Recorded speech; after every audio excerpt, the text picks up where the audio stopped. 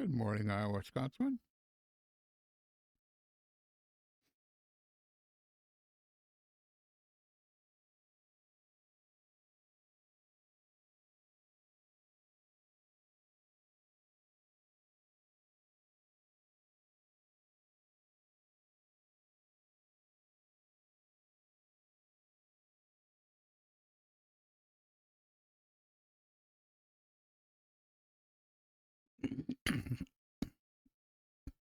One, two, three, four.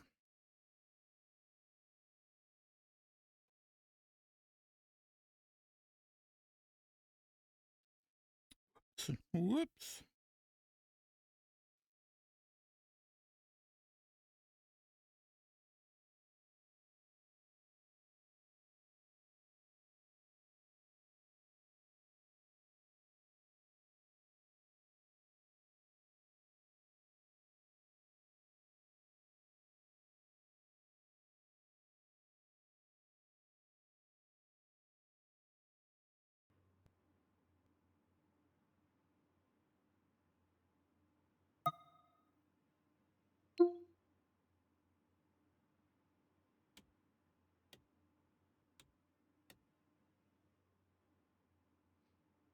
Okay, that sounds a little better. I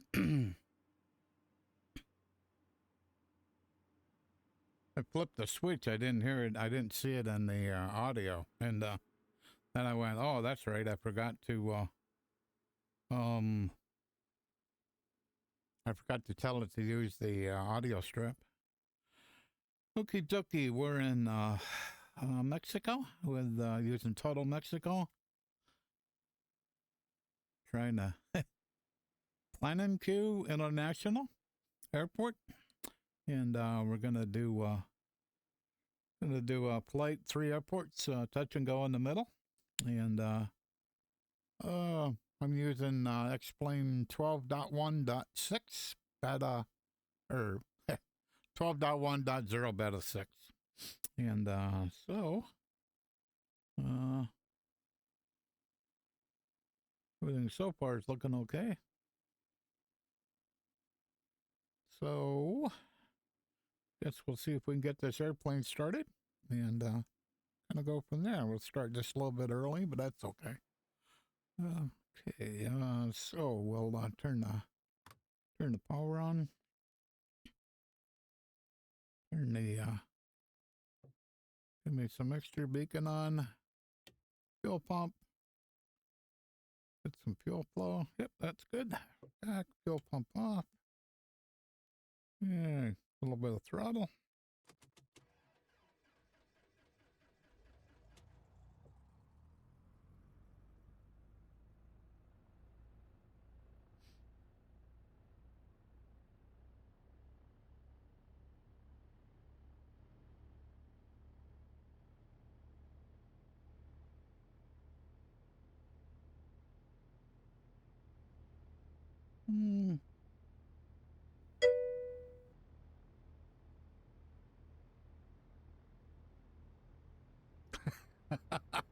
Yeah, maybe it's because I'm a programmer and I understand what they're trying to do. For some reason, my here seems like my desktop's really, really, really quiet. Oh, well, it is. I wonder why. Oh, yeah. I think some airplanes. Right now, I can't remember which. I have a couple of airplanes that do two things. One is they think it's okay to actually change the master volume. So when you load into the airplane, they change the master volume, they decrease it. So right now it's at 0.22. I have no idea why an aircraft developer would think that's an okay thing to do. And right now I cannot remember which airplane I loaded into. I was loading into a few of them, just testing some things, and but that's what happened. So I'm sitting here, and I have a twofold thing going on. One was, first of all, I couldn't see any sound at all when I flipped the switch on, And then once I finally got it on, I can look at the view meter and it's way low. I mean, it should be kind of close to where this is. But if it's at 22, the master's set at 22, then, of course, this overlay is fighting me. There we go. Alrighty, so now we can slide this up. Whoops. There we go. And what does this say? Yeah. So you can look at it. You can actually see it. And I can hear it in the headset. I can hear the engine running. So, but I have no idea. And like I said, I right now I can't remember. I used to think it was the Thranduil, but it's not. I don't think I loaded a Thranduil plane in. But I am at a loss as to why you would basically touch any sounds. But and maybe in that particular aircraft, when I loaded it in, that they have their own sound settings, and it was set low. So that may be what it is. But when you get done with the airplane, you should basically let those sounds go back to wherever they were. At least that's how I see the world of X-Plane. But I may be a lone voice. Okay, we got enough RPM. I got taxi on. Let's turn on some avionics.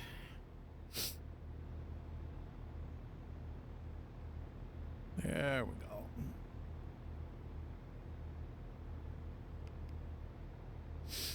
Alrighty, let's get a flight plan loaded in. Little knob, cursor. Looking for one MMPQ. That one there. Enter. Okie dokie. So let's see if this works.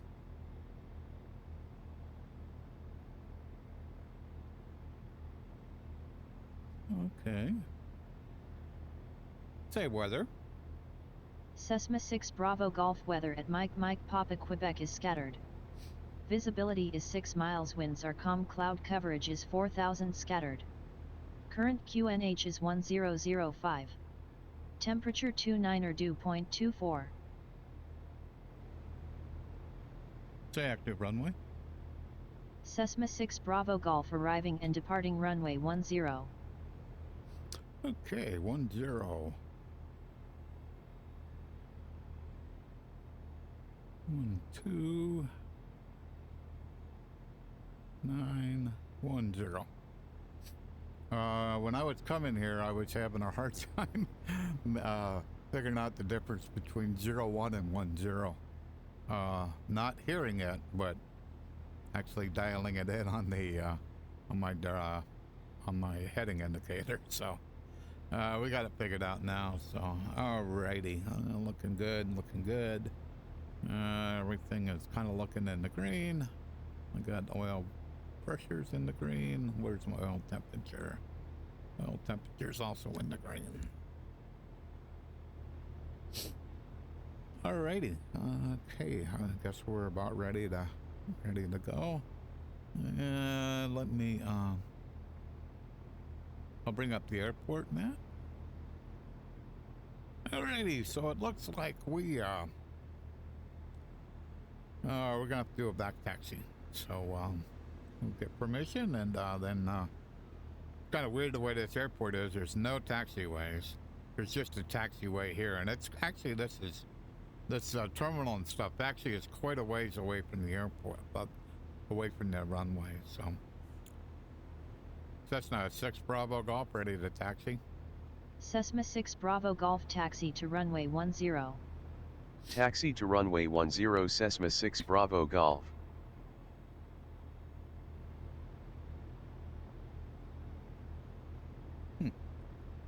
So that's kind of interesting. My for some reason Habitab's getting the weather, but when my Fly with Lewis script, it's not finding it. I'm kind of curious why that's true. One thing I was looking at this morning was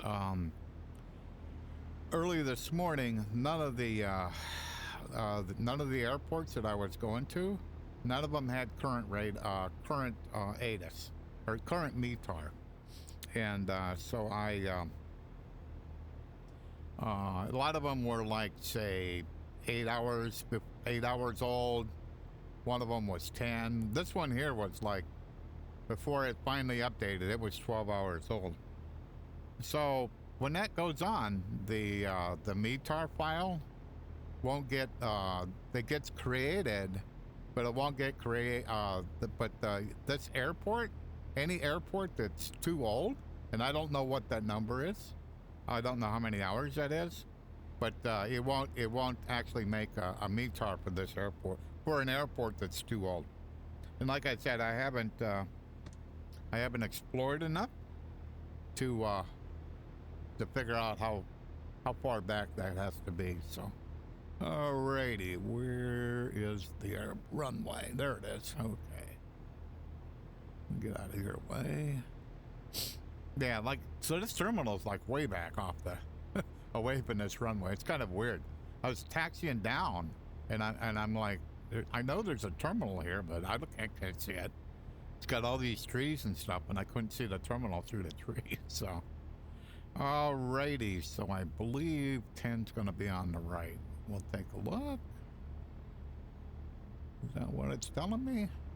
Yes, 10's on the right.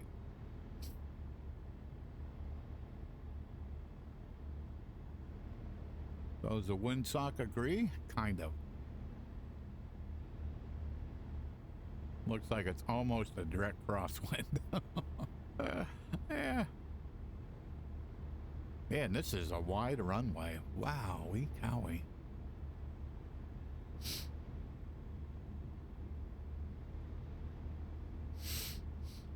So it's just scattered at 4,000. So hopefully it's true, and we'll just have to stay under it. I don't think there's any. I think all the airports here are under. They're under 1,000 feet, so should be a non-issue. We'll get to see a lot of scattered clouds, so that's kind of cool.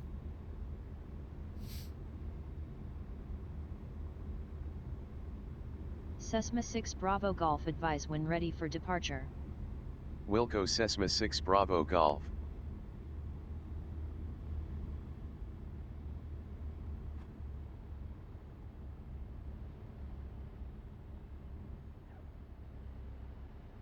Okay. Like there's a VOR over there. Pretty sure what that is. Oh yeah, that's a VOR. Alrighty, get spun around.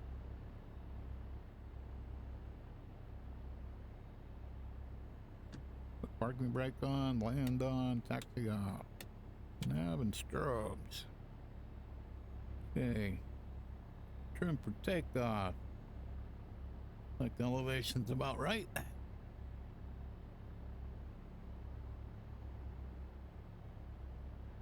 Let's up a map going there. Okie doke. I'll get over and get lined up, and yeah, I'm ready.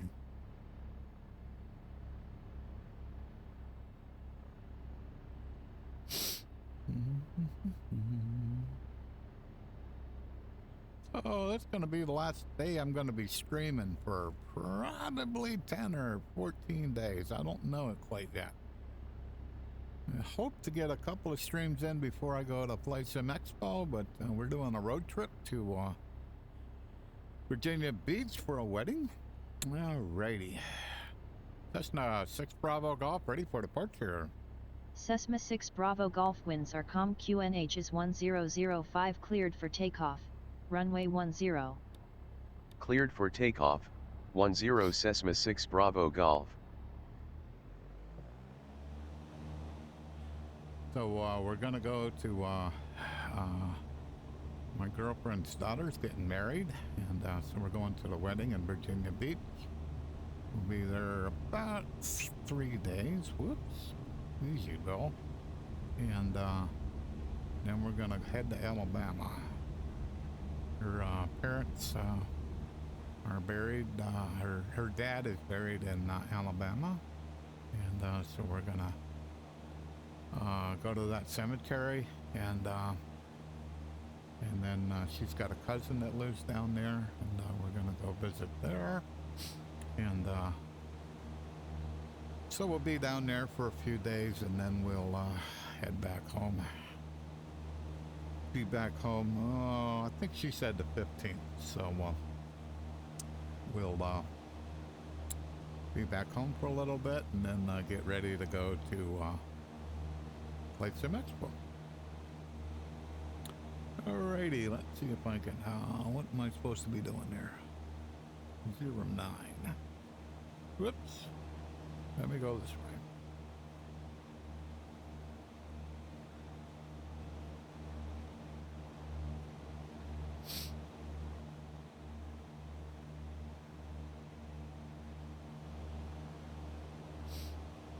So we are using X-Plane, the Beta 6, and so we'll see how this goes. Like I said, I'm using Total Mexico. I'm also using X-World America and Global Forest version 2. And so once I kind of get climbed out of here, get on course, I will kind of go over my graphic settings, but what I'm seeing out through the VR looks good to me. So, and everything as far as FPS VR says, yeah, it seems pretty happy. So, I'll turn a little bit more. Cessna 6 Bravo Golf, have a good morning. Frequency change approved.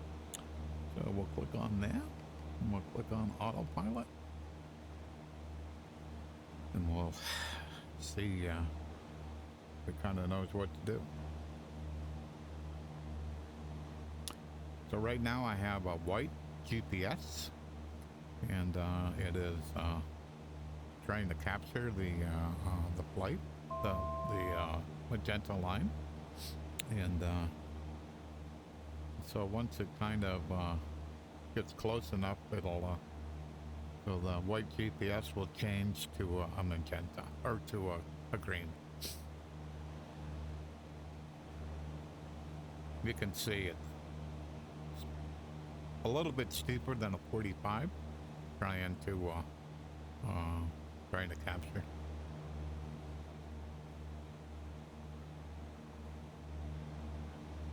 Almost 90 degrees.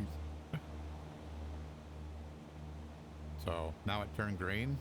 So now it will, so now it turns the plane back. So it was going like this. Now it'll turn the plane back to, yes. Yes, I can. Just give me just a second. Marcos, I think I got that correct. Alrighty, so we are, we're kind of lined up. What's our altitude at? I think I'm pretty good. I'm going to let it climb up to about 3,000. The cloud layer is 4,000. And so when I get to 3,000, I'm just going to put on altitude hold.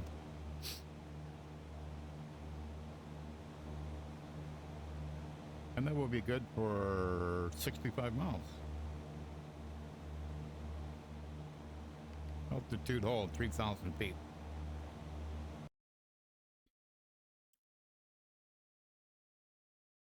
So this is kind of what I'm doing here.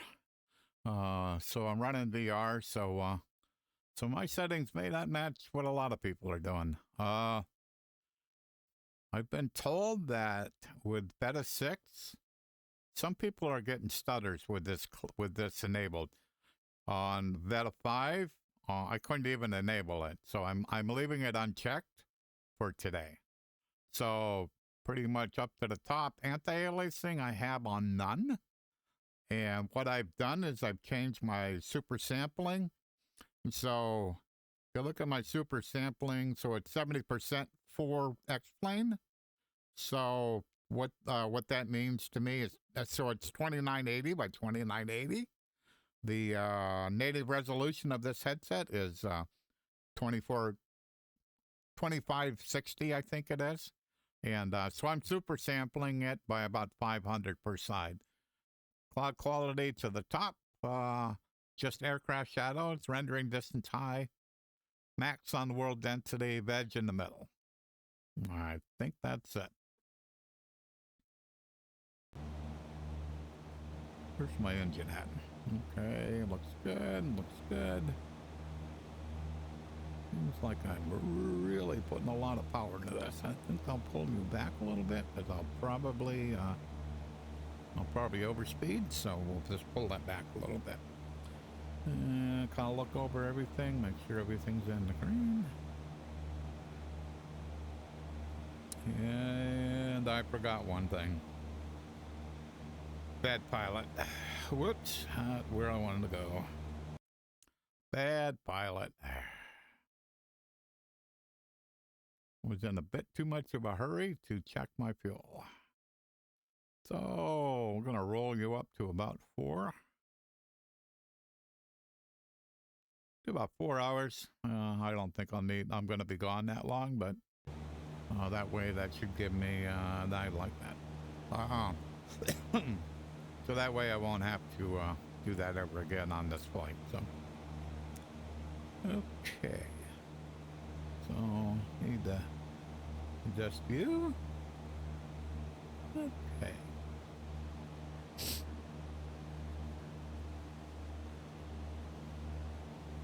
So Marcos, do you fly in VR or you fly on a flat screen?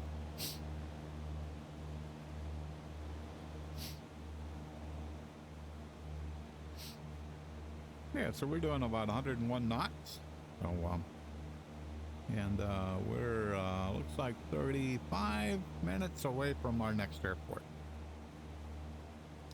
And what I normally do on these flights is the middle airport. I do a touch and go. So, and I normally not normally, every time I will get permission. I use Pilot to ATC for my ATC, and I get permission to do a touch and go. And the only problem I've found is I have a hard time after I've done a touch and go to kind of tell that controller that I'm done with you, and I need a frequency change, and I seem to have a hard time conveying that. So a lot of times if it doesn't work and I'm getting ready to land at the other airport and it's actually the controller from the previous airport, then I'll have to disconnect Pilot to ATC and reconnect it to kind of remove that old controller. So I've tried a couple of phrases, and so far I have found none that actually work to cancel a touch and go request. It's like they expect you to do another one. It's like, no, I'm done. I want one. But it's about the only downside of Pilot to ATC I found. I can actually have the Pilot to ATC window in here with me now, so I can look at kind of important to make sure that when you say something, that Pilot to ATC actually understood what you were saying. So there's text when you say something in the screen, and sometimes you're pretty far. What it heard was very far away from what you said. So kind of go like, okay, need to enunciate better. Okay, so I'm gonna turn on some train. I don't think we have an issue. I think we're all. I think we're kind of along the coast, so I don't think today is a day of worrying about mountains, even though there's mountains in the area, and I can see on the horizon. So, but they're quite a ways out. So the weather looks like it's kind of what I hoped was. The ceiling would be at around 4,000, 4,200, and so if I fly at 3,000, I should be good. We have a little bit of a haze, and what I don't know is They had earlier fires in this area, in the area I had been flying in, and the smoke was bad.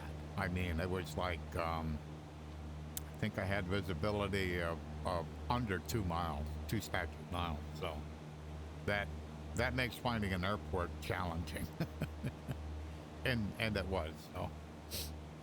So with one stream, I ended up just I finally found the airport, and I just says, no, I'm not gonna take off again. So I just ended the stream on the first airport I landed at.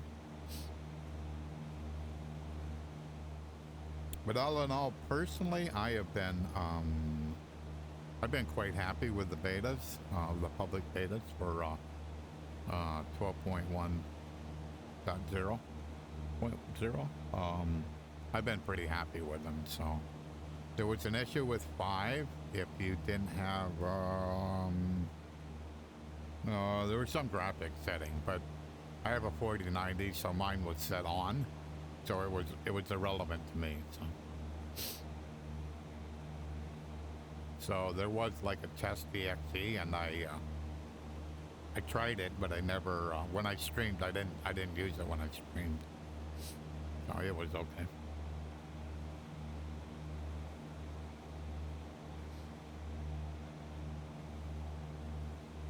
So like I said, when do we leave? We leave on the 20th of June to go to Flight Sim Expo. And then we're going to come back on the following, so that would be, we're leaving on a Thursday, and then we're going to come back on a Monday. So what I've done is I've made a list of people that are going to be there that I want to make an effort to meet. And some of them are actual developers, hardware developers, software developers, and others are just content creators like me. And so it looks like it sounds like it's going to be a pretty good time. So that sounds like, according to Evan, one of the co-founders, it's going to be the biggest one yet. So that's really cool.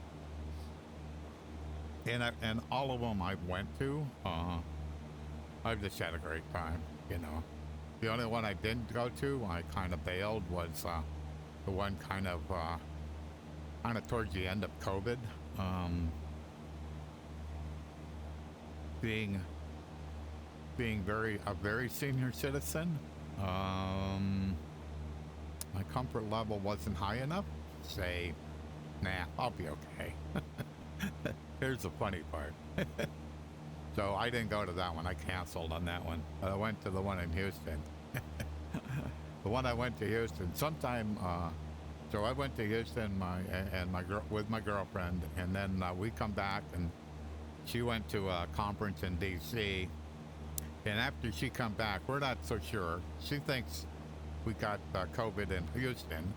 I'm not so sure, but needless to say, we both got COVID after that. So, but we all had our shots and all that good stuff. So it wasn't. It definitely knocked the snot out of us, but I think that little piece of COVID that we got, wow, that really knocked the snuff out of both of us. So. Nah, it wasn't. Cause that's right. I canceled that one, and you know, so it was just hilarious that you know, that much after where, you know, the when a lot of COVID was in the area, we ended up catching COVID. So it's hilarious.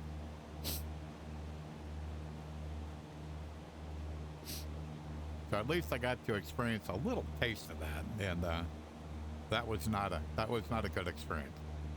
Just tired. I mean, like I just laid on the couch most of the day, just tired. I didn't have enough energy. I'm certainly addicted to the computer. I didn't have enough energy to even turn the computer on. I was like, wow, you're really, this really is kicking you. So Iceman that does the Total Mexico, sounds like he's getting close. That he's going to release a new version. I think it's called 3.0. And what it's going to be using is the new Ortho for XP 1.40, so that all of these coastlines will be tremendously improved. You know, so I am looking very much forward to how that's going to look. You know, so because in the early part when I was streaming, most of the time I was in the mountains, but when we're here, you know, there's just a lot of water. I mean, so I'll be able to show off the new bathymetric, I think it's what it's called, but so certainly looking forward to that. The water looks okay, but it can look. I've seen some screenshots of what he's working on, and it looks really, really, really nice. So.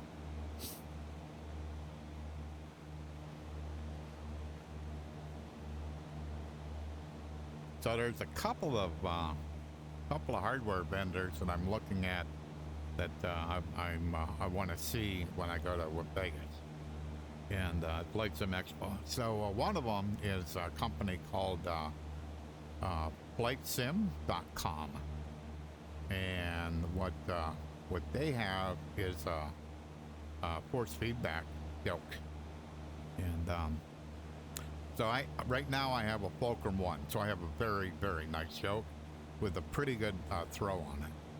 This one here has even a longer throw, and it's force feedback. And I am a backer of Apara, and I am a Kickstarter backer. Basically, Apara burnt the Kickstarter people.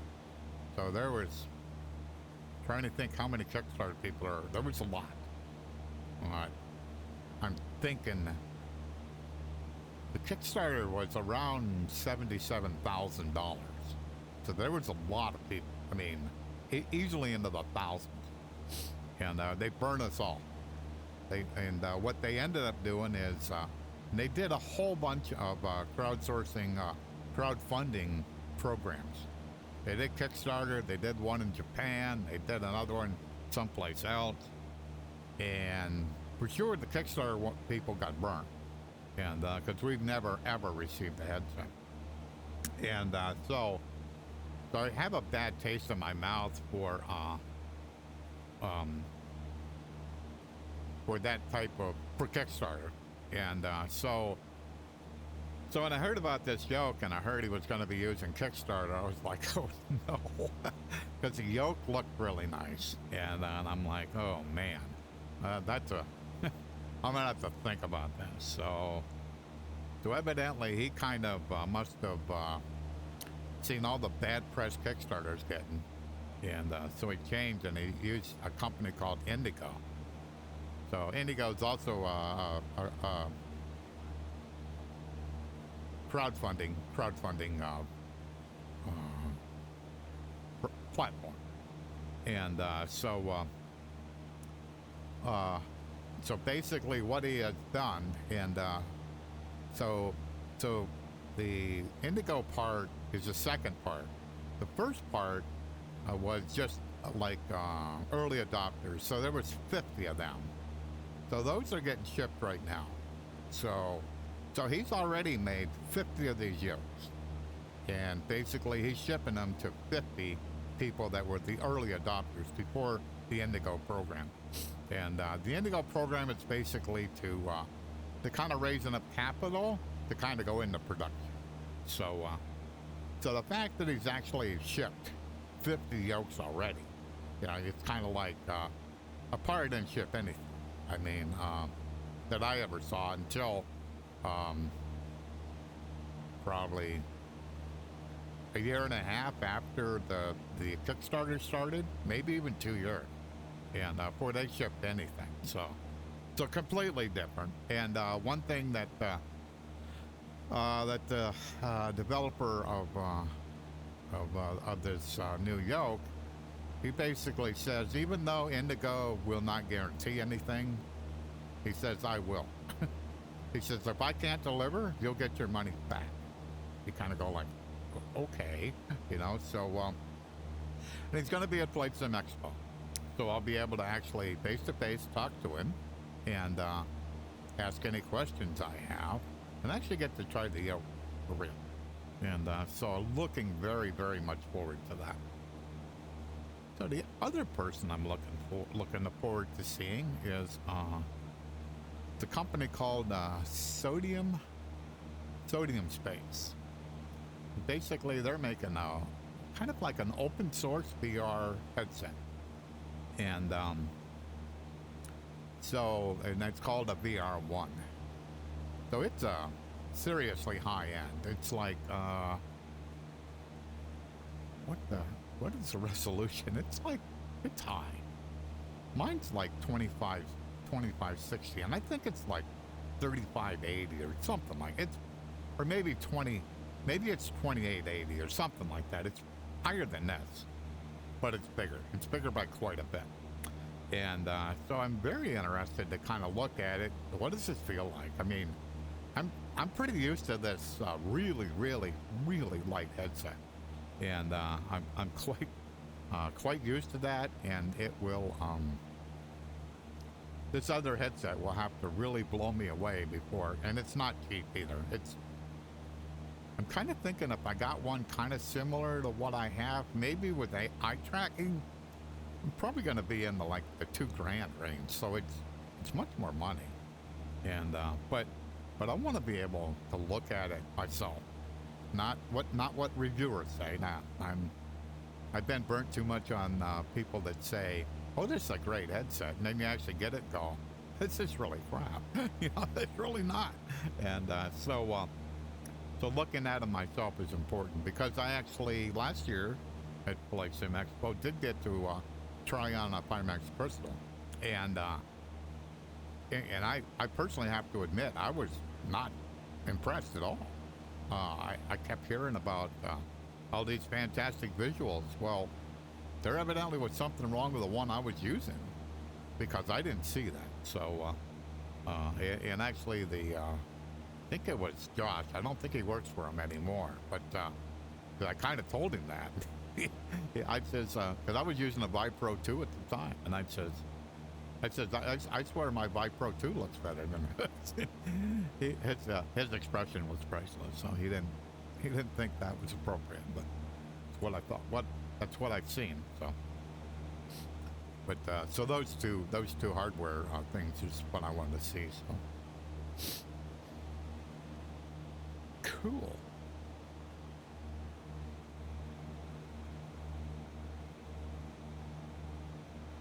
Oh, 17 more minutes.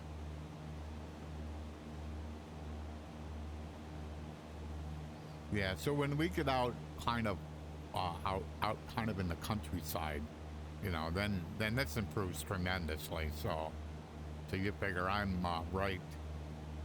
Yeah, 11's about the highest on my GPU frame time. So it's looking like really, really, really good. So, and like I said, that's with you know, doing a pretty good super sample on it. So, and kind of the reason I did super sampling is I was trying to physically get myself back away from the cockpit a bit, and so because I had a viewer that kind of commented that my stream was kind of looked like I have my nose in the cockpit, and so I wanted to get it far enough where if I turn my head to the left, I'm looking out this window, and which is pretty close. When I look at the seat, it's pretty close to where you would be on a real airplane. So in my case, I'm 5'6", so I was a little short. So I would probably run my seat up almost as far as I could get it, and I know I cranked it up as far as I could get it to get myself high enough where I felt comfortable flying in a 172. So so I tried to do that, but when I did it, then all of a sudden I was having a hard time like reading the numbers. The you know, the 18.750 and 18.700.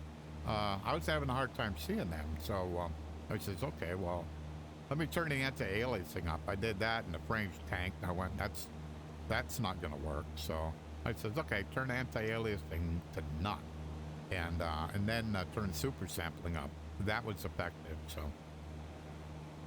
So that makes everything, as long as I have the headset correctly positioned in front of my eyes, then this is all readable. So, and the only serious downside of the for me of the Bigscreen Beyond is the lenses are really small, and if you don't have them where you're looking right through the center of them lenses, things will tend to be a bit blurry.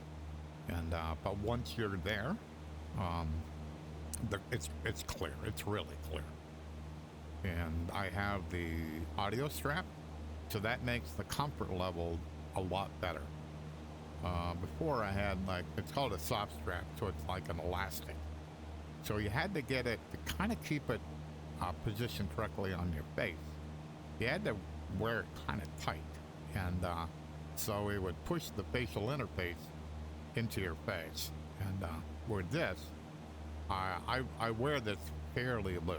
So if I pull the headset back just a little bit, not very much, I can actually see light coming in. So it says the least amount of pressure that I can run on that, and make sure that the facial interface is sealing off all the light. So alrighty, got 26 more miles to go.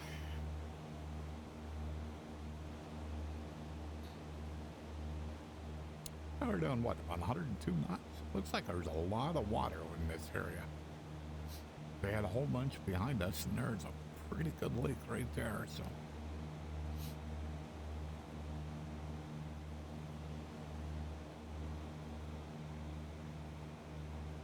So what's the next airport?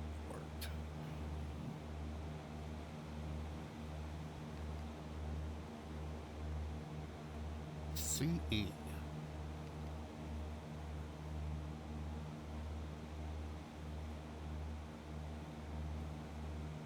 Oh.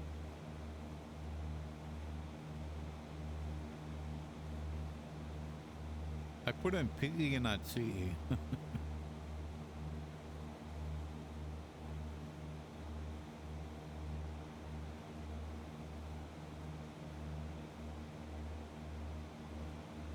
Make sure I'm looking at this right. Yeah, MMCE. Okay, so its elevation is 8. And it has a tower? Ah, it's got an ATIS. Cool. We'll see what it has to say. Departing runway 13. Advise on initial contact to have information. Bravo.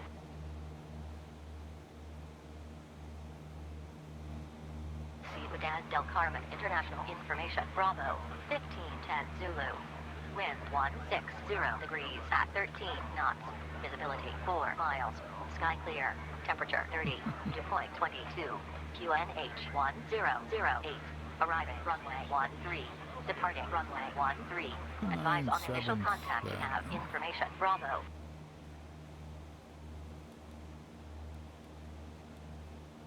Ciudad del Carmen International Information. Bravo. Okay. Kind of nice when all that worked. So it said I looked over here in pilots to ATC. It said I had an ATIS info and a tower. So we'll put you in tower 18.4. 18.4. So when we get closer, I'll flip it over to tower. Closer by like 10 miles.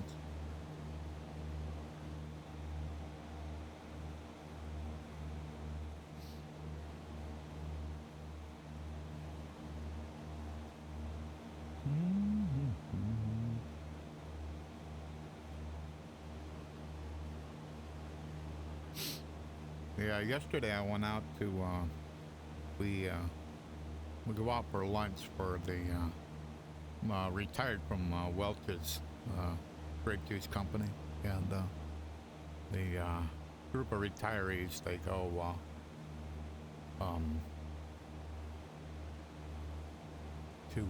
out to lunch every first Tuesday of every month, and so we went out to lunch, and I knew I was leaving tomorrow, so kind of like probably need to mow the lawn one last time. So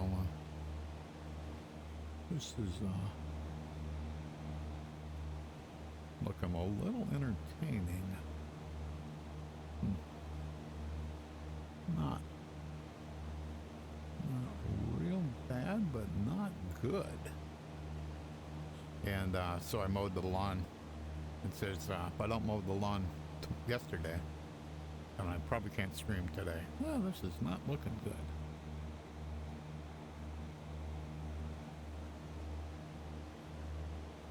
So, elevation is 8. We'll, let me look here a minute.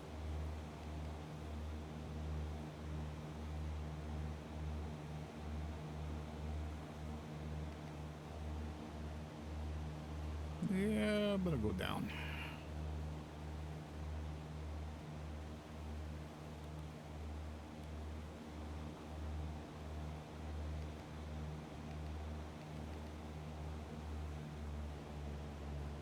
We'll go down to 2,000 feet. Hopefully I can see a little better. There'll still be 1,000 above pattern, so.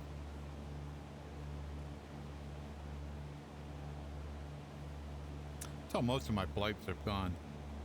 The METAR saying haze, where in some of my earlier flights there was like an FU, which is smoke, but I don't see that here. So, and I love where it says 3 statute miles, hey, sky clear. It's like, how can it be sky clear if you can't even see, you know, or you can't see well? Shouldn't say you can't see.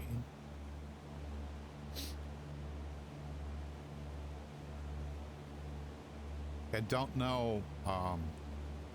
One thing X-Plane doesn't do a really good job of is know like what's the thickness of haze. Not, you know, where with clouds, you know, you got a bottom and a top, but with haze you don't have anything. Just kind of haze. so it doesn't really have a top and a bottom to it. So.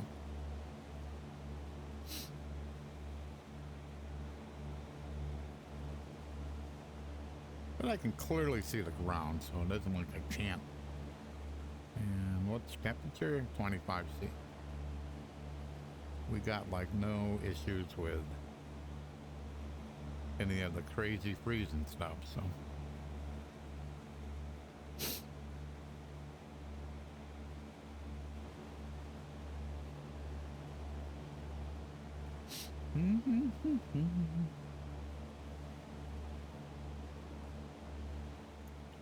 Okay.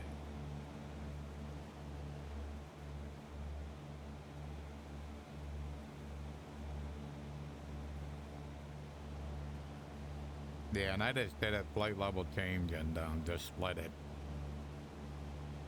descend at a pretty slow rate. So.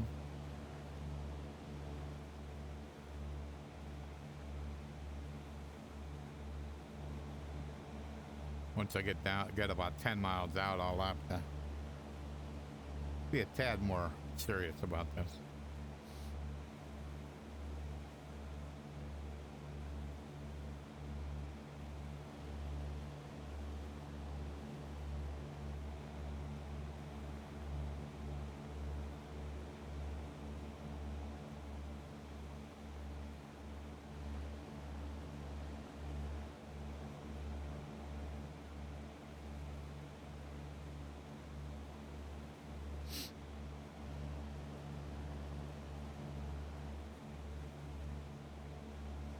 Okay, we're at 2,000 feet now.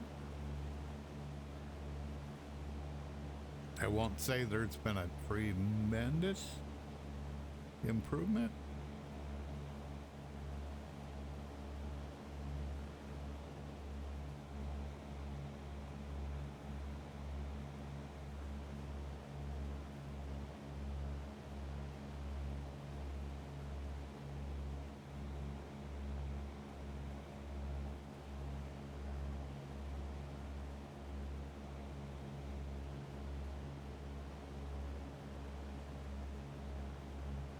Kind of thinking that was an optical illusion, but I can't tell you.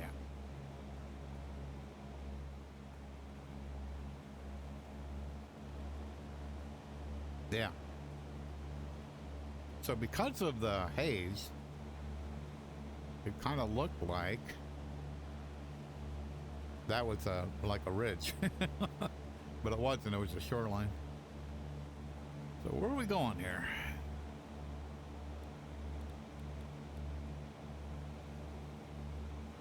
Okay, so I'm going out across some water here.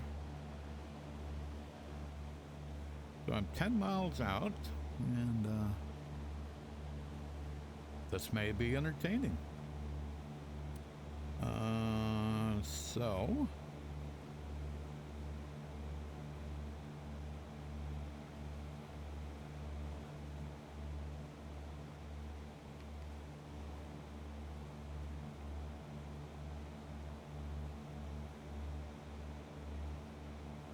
say active runway. Cessna 6 Bravo Golf arriving and departing runway 13. Okay. Ooh. That. I would call that an artifact. Alrighty, I'm gonna have to get rid of some elevation here, and this may be entertaining. Cessna 6 Bravo Golf inbound to land. Cessna 6 Bravo Golf report left downwind for runway 13. Will report left downwind for runway 13 Cessna 6 Bravo Golf.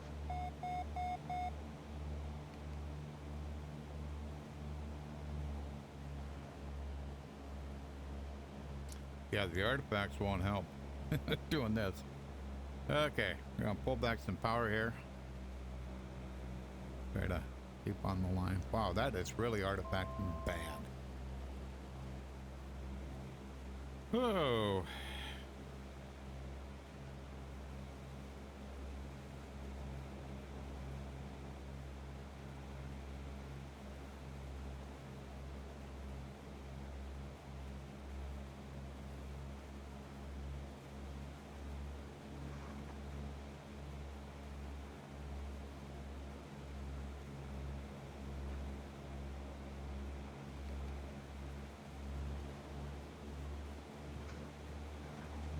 Whoa.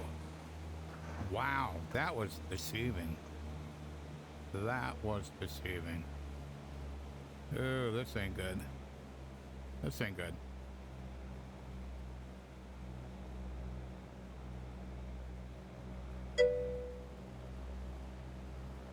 Yeah. Yeah, this about put it in the water.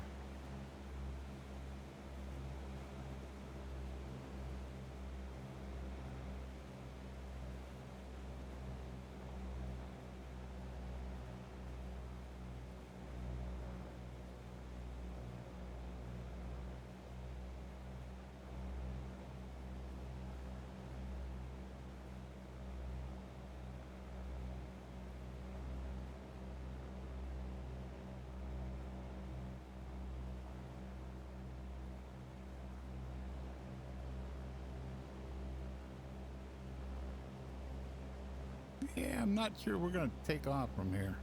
I don't know yet.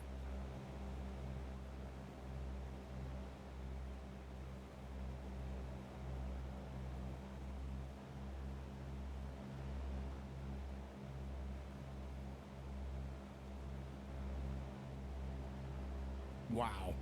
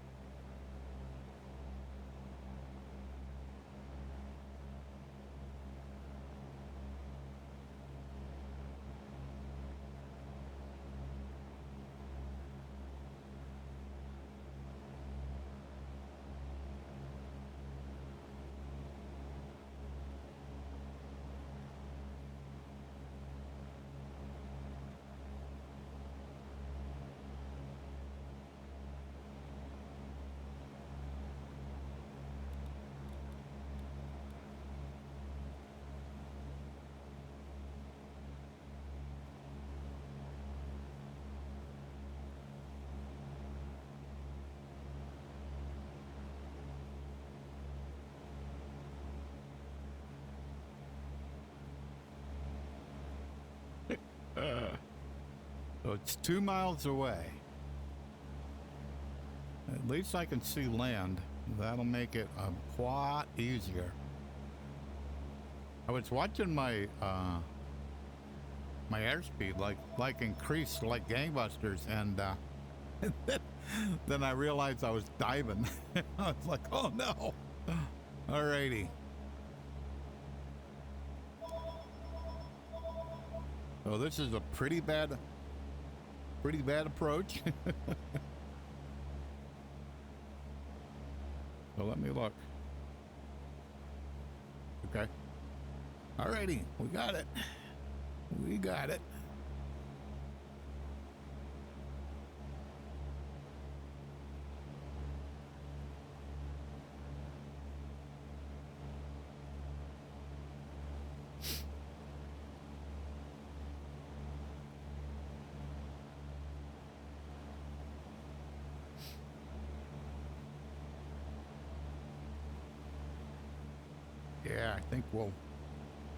Yeah, I think we'll do a touch and go. We'll be okay. I just love the challenge. So that's 31 there, so everything's all good. We got 13 dialed in the my heading bug.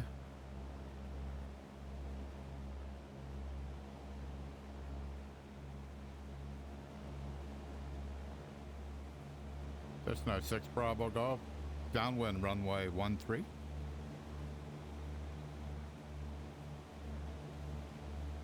Cessna 6 Bravo Golf, downwind runway 13. Alrighty.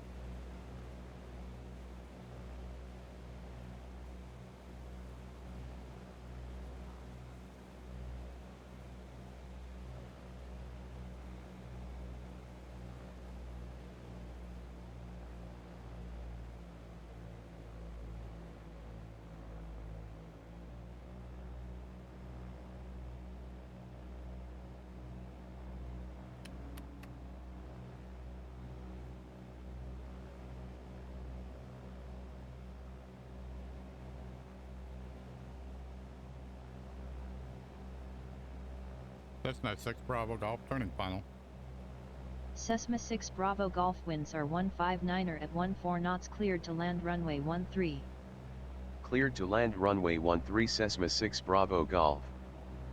Cessna 6 Bravo Golf, request touch and go. Cessna 6 Bravo Golf, request touch and go.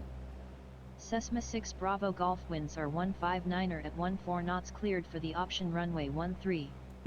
Cleared touch and go runway 13 Cessna 6 Bravo Golf.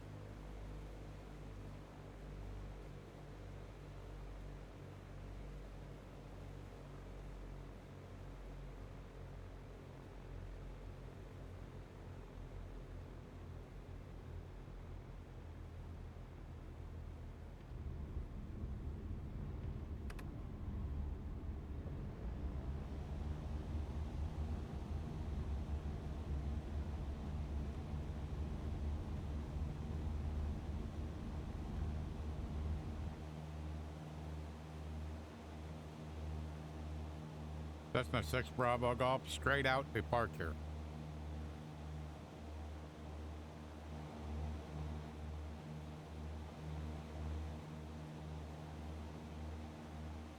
Cessna 6 Bravo Golf, departure straight out. Oh well, that's not going to work. Heading 61.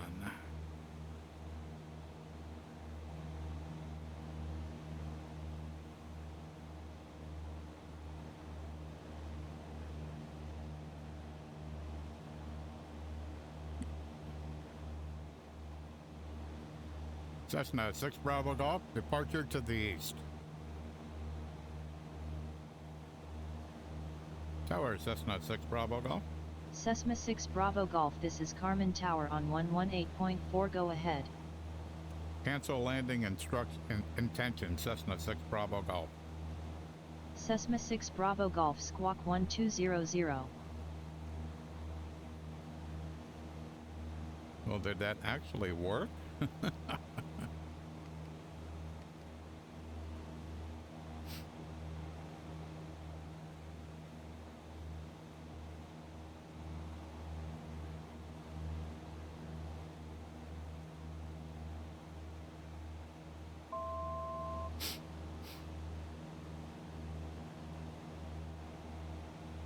Yeah, soupy over water is, wow. Man, is that disorienting. Oh, my word. I looked at my airspeed, and I'm like, in the yellow, I'm like, what on earth is this? And then I just glanced down and went, oh, no. I was seeing water coming to me, like, way too fast. Like, uh-oh. I know why now.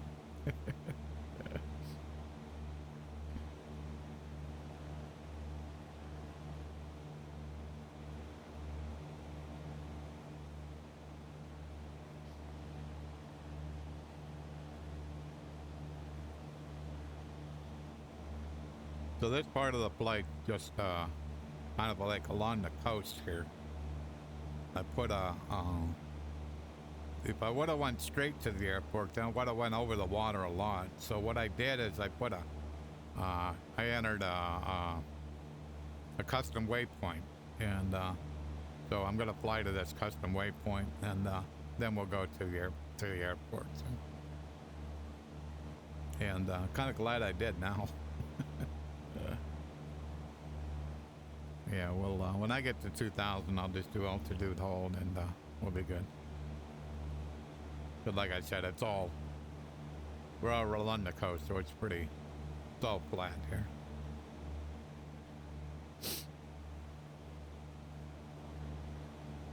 The landing was pretty good, no bounce. That was good. I'm finally figuring this out. So.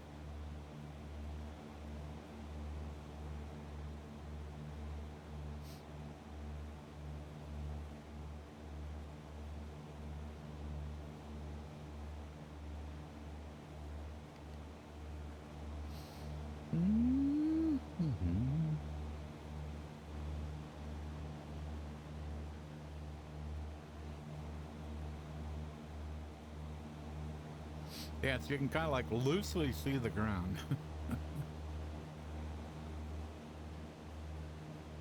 I'm getting a lot of artifacts over the water here, and what I don't know is that the kind of ortho for XP kind of fighting with the 3D water. Something sounded louder than it should have been. When I leveled off at 2,000 feet, it was still had it like full power from takeoff, and I was just hearing the RPMs and airspeed increase, and I'm like, oh, go back to some power. But I think that's what it is, because every once in a while, I don't know if it's showing up in the stream, but it's certainly showing up in the headset here. You just get like blocks of just like a gray block, pretty big block, and it's not all the time, it's just every once in a while.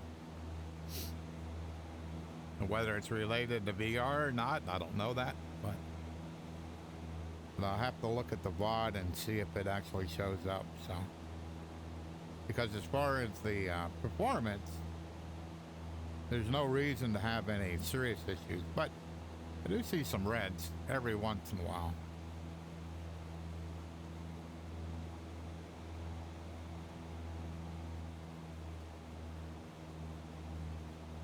It's kind of bizarre.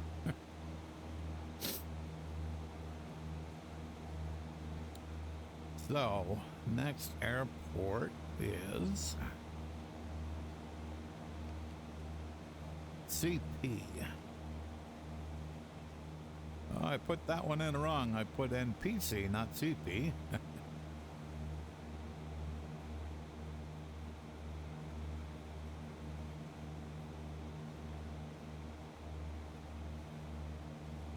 So there's no haze here. It says 7 statute miles, so this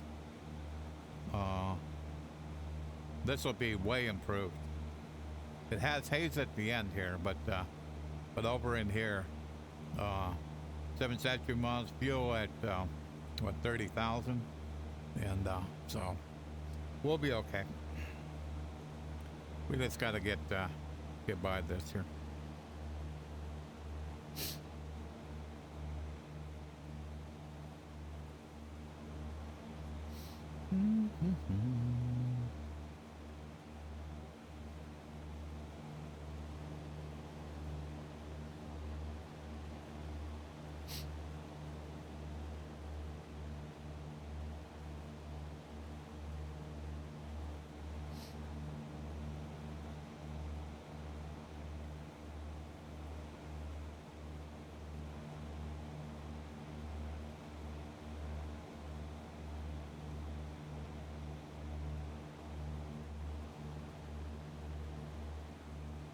So for me, this will be last stream for between 10 and 14 days. Around 10, I think. Yeah. I think she said we were going to be back on around the 15th. So. Oh, taking a road trip. Gonna leave Erie and we're gonna go, my girlfriend's daughter's getting married. So we're gonna go to Virginia, drive down to Virginia Beach. Gonna be there, I think, 3 days. And I think the wedding's on Saturday. Saturday, I think. It could be Saturday or Sunday. And then after the wedding, then the next day, then we're gonna drive down to Alabama. And my girlfriend's dad was buried down there, so she wanted to visit his grave. And she has a cousin down there that we're going to meet, and that she hasn't seen in a really very, very long time. And so we'll be in Alabama for a bit, and then we'll drive back home. So I just got a new vehicle. When did I get it? I guess it's about a year old. I think it's only got 3,000 miles on it. Yeah, something like, maybe less. And so I haven't put too many miles on it. So I told her, she was asking how we were going to get to the wedding. And I said, I can drive down. And I says, if you want, I says, then we can go down to Alabama. I says, we'll be about halfway there. And I says, so I can get you down to Alabama. I know you wanted to get there. So that's what we're going to do. So then we'll come back home, be home for, I don't know, 4 or 5 days, and then we'll get ready to go to Flight Sim Expo. So needless to say, June will be a little bit busy.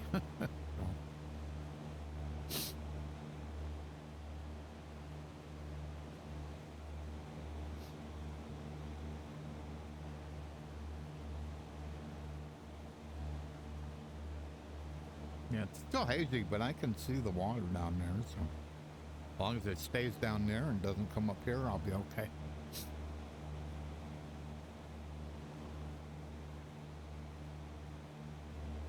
Yeah, I'm making every time I come back from Flight Sim Expo, I go, I find out, hey, this person was here, or this person was here, and I'm like, I never, I didn't meet him, and it's somebody that I really wanted to meet. So this year I'm trying to be a little more organized, and so I'm making a list of people that I wanna meet. so hopefully that'll work out.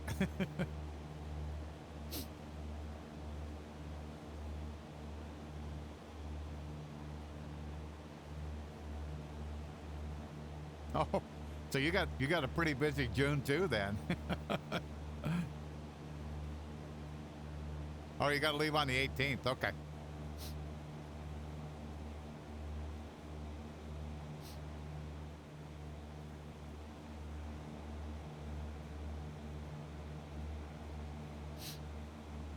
Yeah, so I found out that Pimax isn't going to be there. At least that's what Evan said to me. And but a company called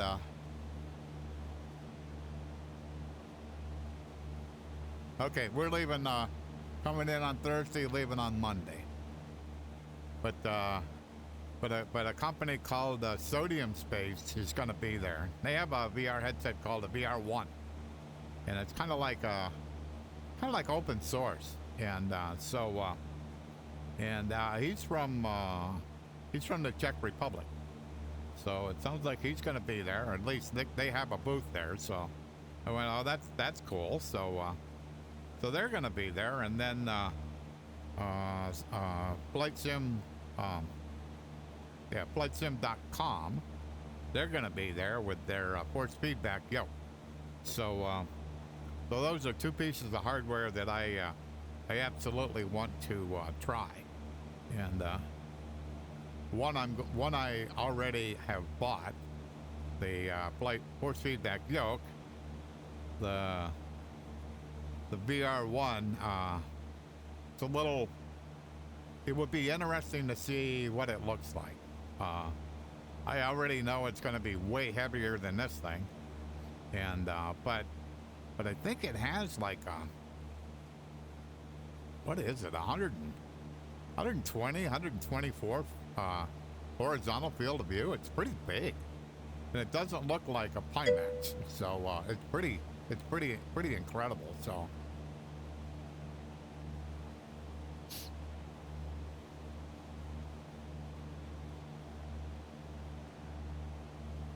yeah, I'll have to try them. I have MFG crosswinds that I am quite happy with, but always if I find something better, I'm fine. So, oh, the haze went away. That's great.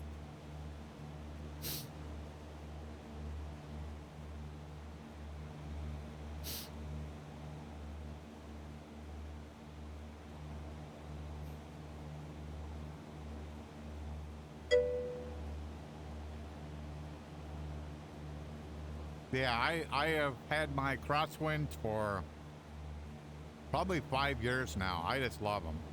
They're really nice. They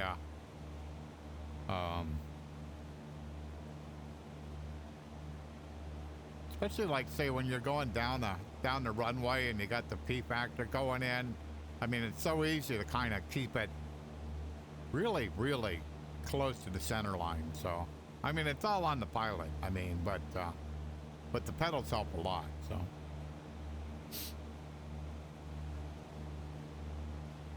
yeah, mine's a version 1, and I added the dampener, and that helped a lot. Because what would happen is I would over control them, so I run the damper fairly stiff, and so that it kind of helps me not tend to over control. And if I'm over controlling, I can fix it. I mean, I know it's me, not the pedals. So I just need to kind of not put as much pressure into it. So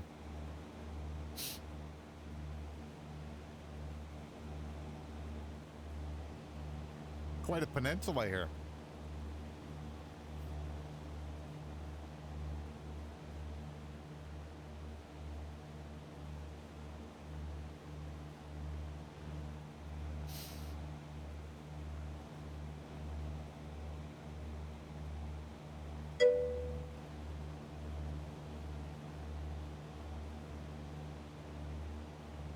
Oh, those pendulum ones? How do you like them?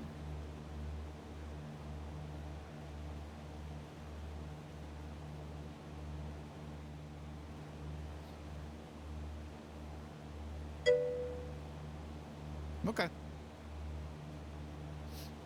Yeah, Thrustmaster should be there. I'll try them, but like I said, I'm so happy with these MFGs that it would have to be markedly better. It's the same way as this new headset, the VR1. I'm sure it's going to look better, from what I heard, anyhow. So, but it has to look better, and it can't be markedly heavier and bulkier. And also, what I like probably more than anything is the ease of use, where it's a Steam VR headset, so there's no extra software. It's just Steam VR. And so I don't have to run any extra software. When I tell X-Plane to run VR, the headset turns on, so that's it.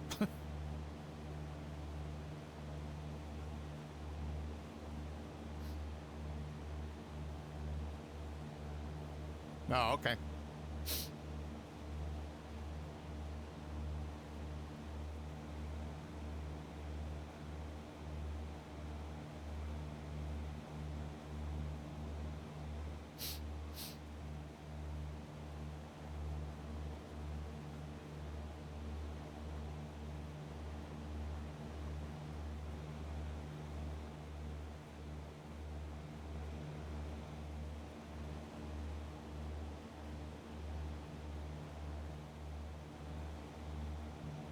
So looks like we got 27 minutes to go to the last airport.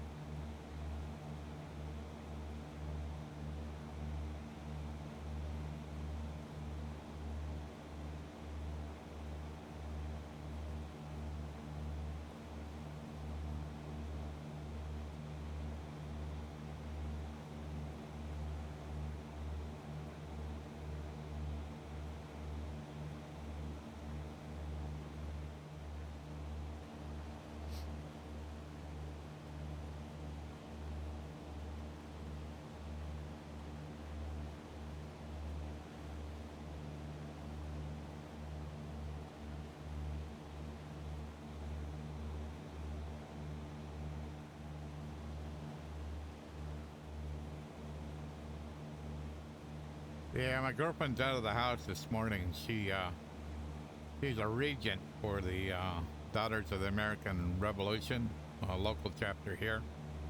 And one of the members of that local put in for a grant. So they got a $10,000 grant to put plaques on soldiers' graves in the local cemetery, and so she's being presented with the check today. So that's why she's out of the house. So a pretty big deal for her. So.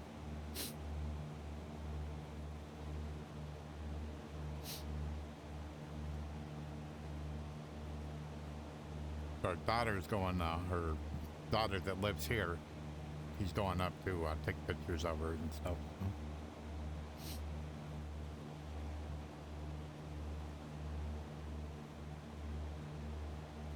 Amazing how many inlets and stuff there is here. Wow.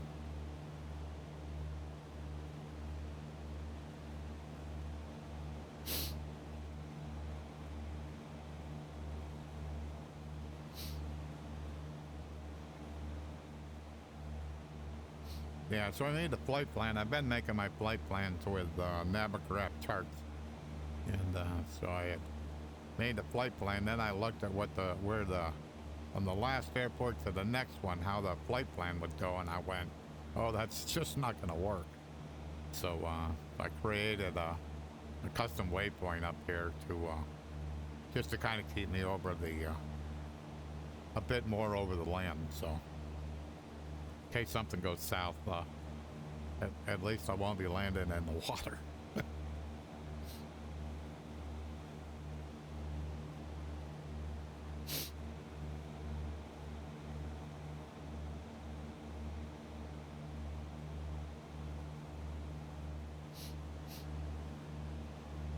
Yeah, so Evan said that this is going to be the biggest flight sim expo yet, which is really, really, really cool.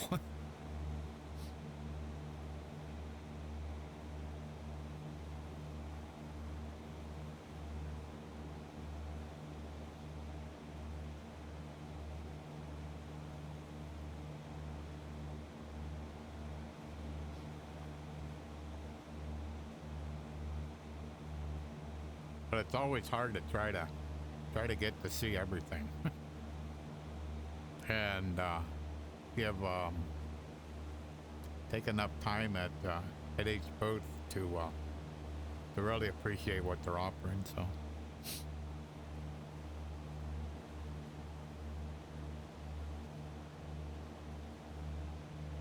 but in my case, the way I fly in VR demands a certain type of hardware, and other hardware is basically, to me, I don't find any use for it just because of how I fly. Like say, like the G1000 panels and 530 panels, 430 panels, all that. Just because of how I fly, I just go right by. I'm impressed by the hardware, that being having electronics and background kind of that impresses me, you know. But as something that I would look to purchase, no, not at all. So kind of what's neat about this force feedback yoke is that it uses servo motors in it. Well, I'm a retired electrician, so one of our a couple of our Packers had they were run by servos, so the technology I know, and so it's kind of when I first seen it, I went, oh, that's cool. Not necessarily servo motors that we use, but because the servo motors we used, they had to be able to wash them down, so they had to be rated, you know, to be able to be hosed down, and so they were like in a different world of their own. And if that if the protection built into the servo failed, bad things happened. so more than what we failed, more than one servo by just getting wet, just got water in the connection or actually in the servo, and it didn't go well after that. So, but that was a pretty common thing. Servo motors, regular motors, that was common. That you would so say in the junction box on the motor, say we would run 3-phase 460, and so think about out in a tank house where you got tanks that are 250,000 gallons. So you'd have pumps that would portable pumps that would pump out of there. So you got all these rubber cords, you know, that are plugged into a box, and so the rubber cord runs across the floor, and then, you know, to a pump. So the pump would have probably 50 feet of cord on it, and then if that was too far, then you had to have an extension cord. So every place you have a junction, you know, so you'd have male and female plugs plugged together, and so every one of them is capable of getting moisture in it. And then the other fun part is that the tank house where the tanks are, yeah, it's right around 32 degrees, right around freezing. The juice has sugar in it, so it won't freeze, but the water that gets into a plug will freeze. But if you get a short, it'll melt that water. so that was a pretty common thing, you know, is that you get called down and go, hey, we checked out this breaker, you know, and you ask the question like, how many times do we reset it? And it was pretty common for it to be a number above 3. If you were to set it once and then stop, you'd probably save the motor. If you do it 3 to 5 times, there's more than likely the motor's toast. Because what you did is you single phased it, and so because you single phased it, then the current goes to the roof on the phases that are still getting power, and so they go high current, and then you just burn the motor up. I mean, because you're pumping that current into it, if you don't have the other phase, the motor's not going to spin, so it's going to sit there, not spinning, and driving, and the current going up. And lock rotor, let's say they're 20 horse pump, so you're probably running 28 amps at it, so you'd easily be 60 amps, if not more, maybe 120 amps on the other 2 phases. Yeah, you can burn up a lot of stuff with that much power at 460.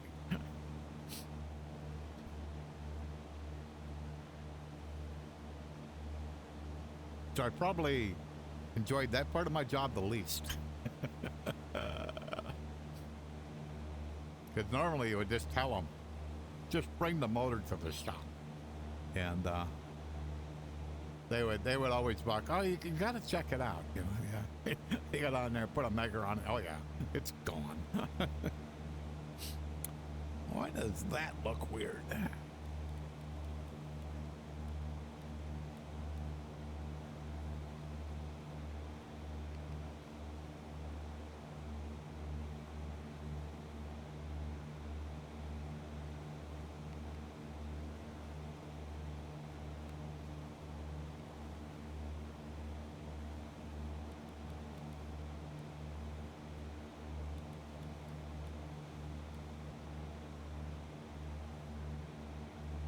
Oh.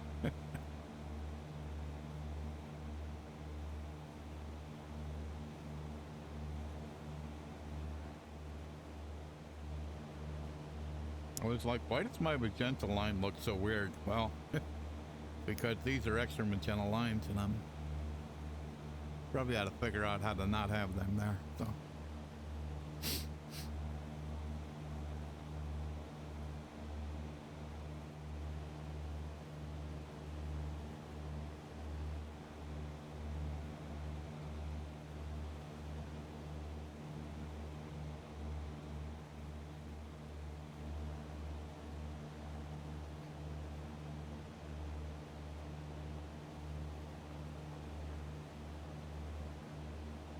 Got a window open in the kitchen and a door open in the living room here, and it kind of feels like it must be a bit warm out. I'm thinking we were supposed to get thunderstorms, so it may just be humidity building up.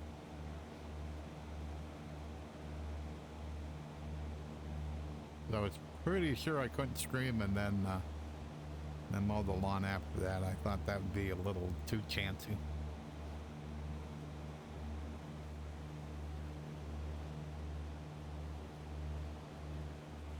Alrighty.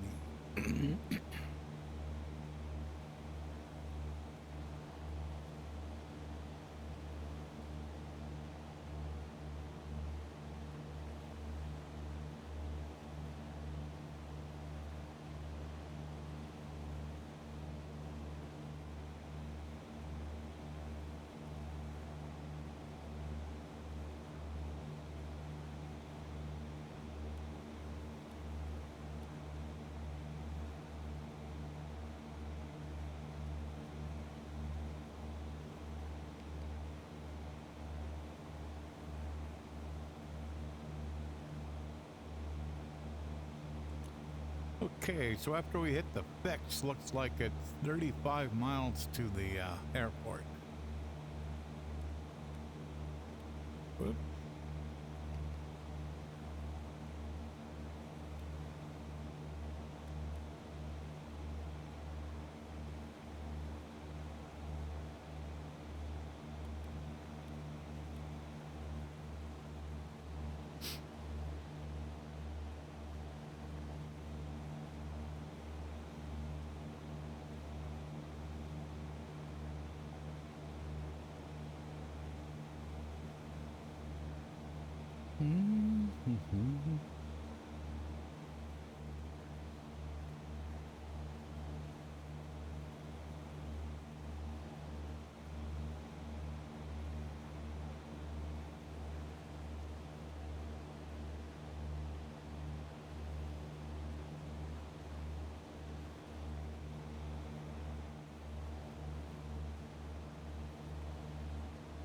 It's really flat here.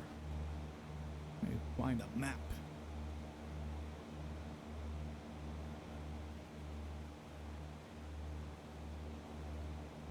Yeah, let's zoom out a little bit here. Show where we are.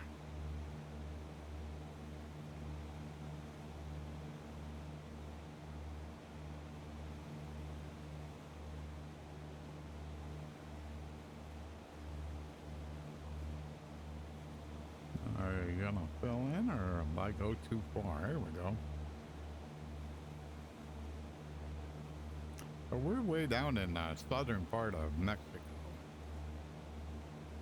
And as you see, like along the coast here, so we'll go one more. So we're getting kind of close to Central America.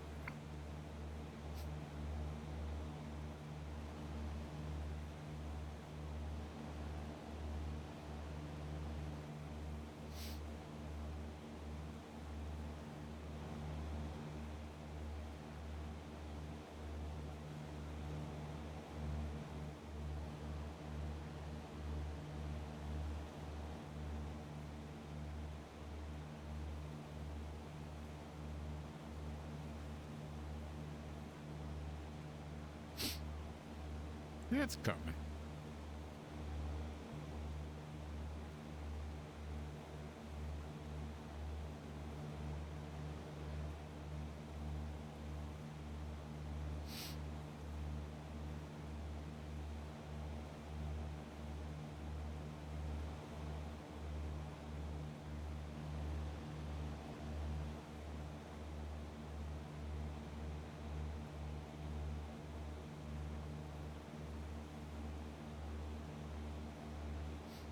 Yeah, so someplace over in here, I think that's,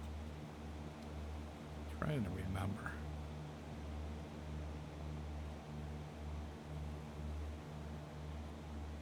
I looked at it and, yeah. So that's kind of where we are. It's where, way in the southern part, getting closer to Central America, so. And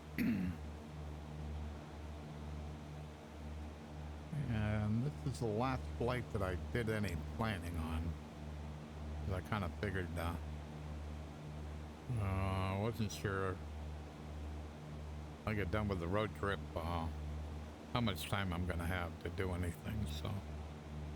But, and I had to look a little bit to take a look at the airports to see, make sure I was still in Mexico. So, but not too bad.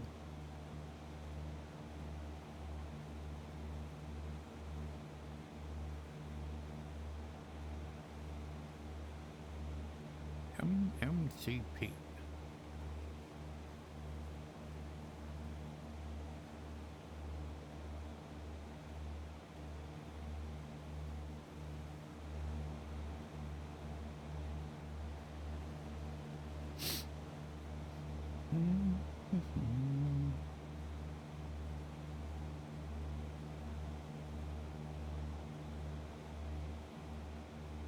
Yeah, so that elevation's 34 feet, so gonna be another pattern of around 1,000. So.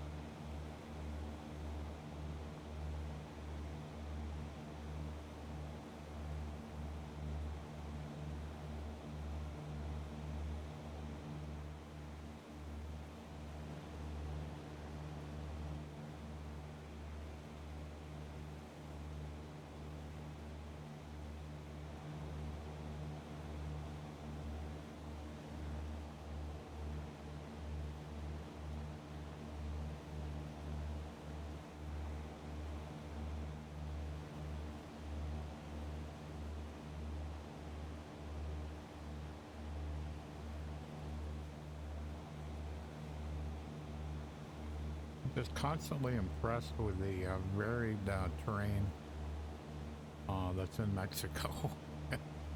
I mean, there's like everything here, so.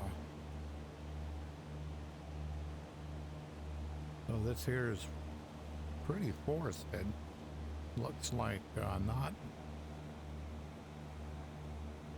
a lot of populations. Hi, babe.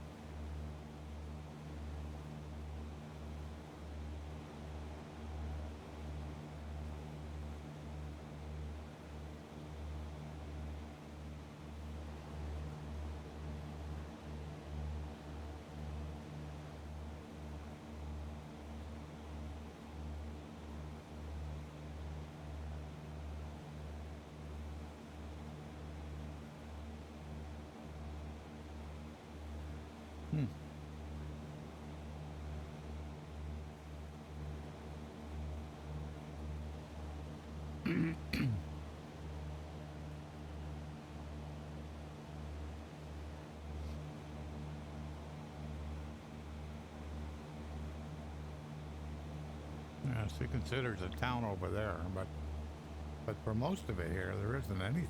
It's kind of interesting.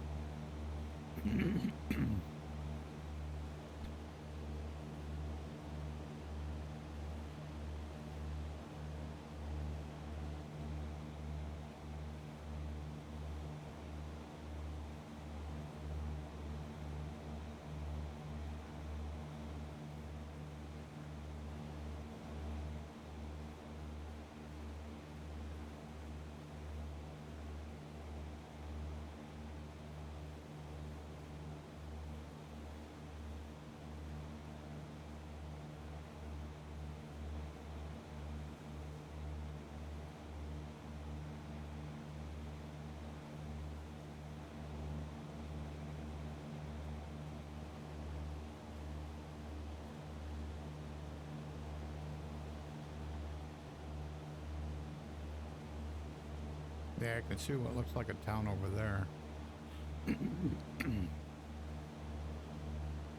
So we're gonna turn kind of going that way.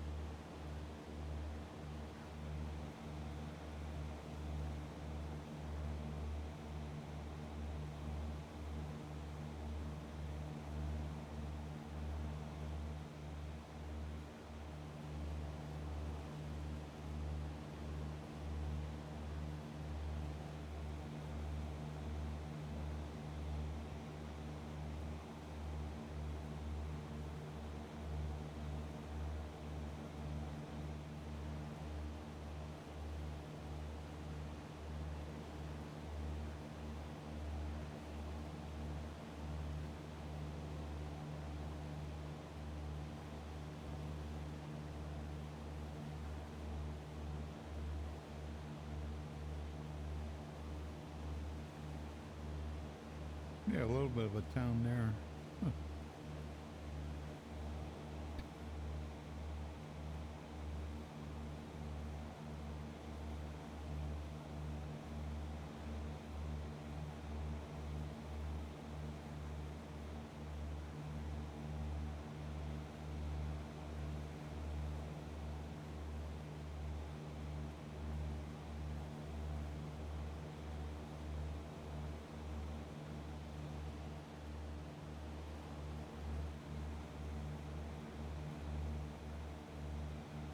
We had to zoom in quite a bit to see it.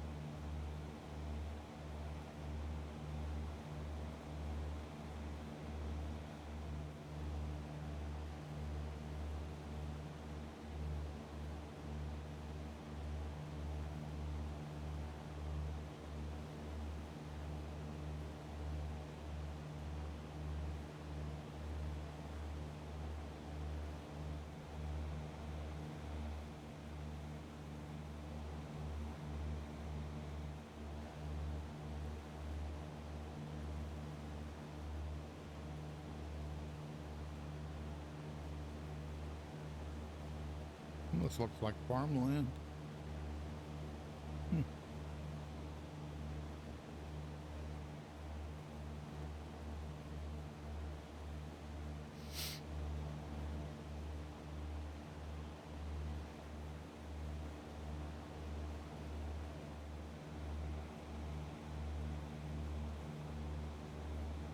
Yeah, certainly no mountains down here.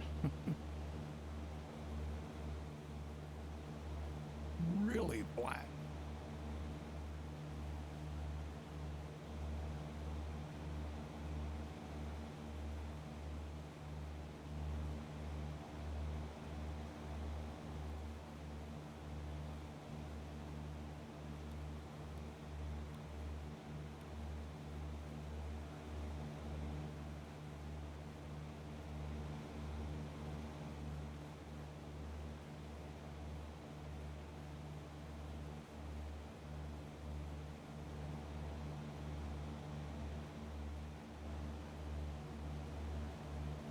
So there's our fix.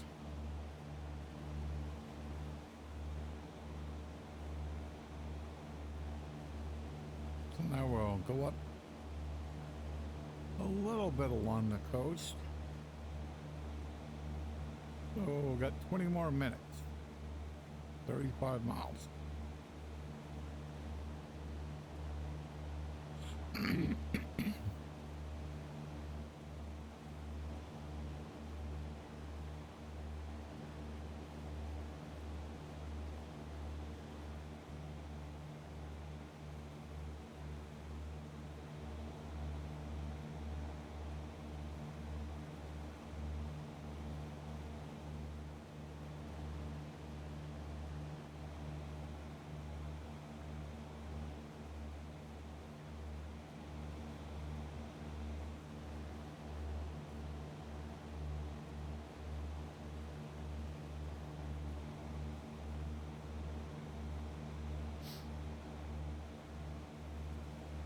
So we got a little town there and then another one over there. Well, that's that town. Oh, then there's the other one. Okay.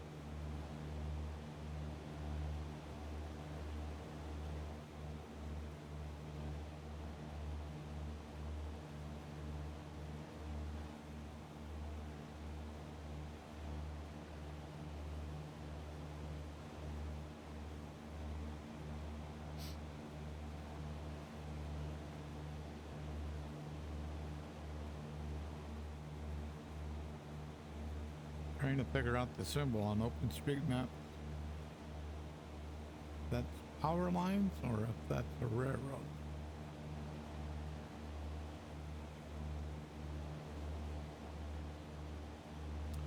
Since I'm going right over it, it's not obvious.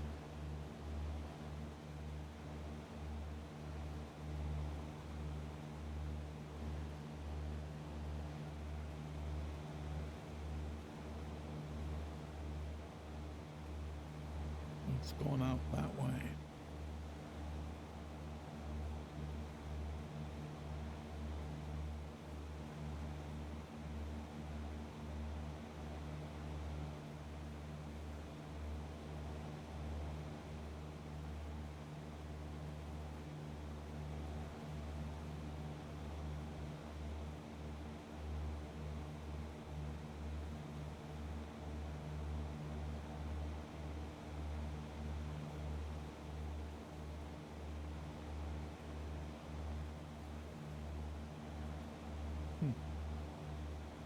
Interesting.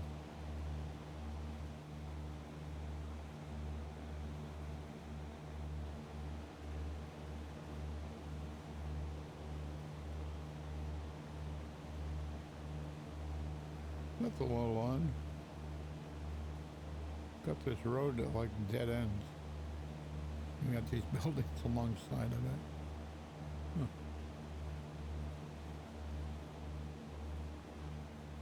Interesting.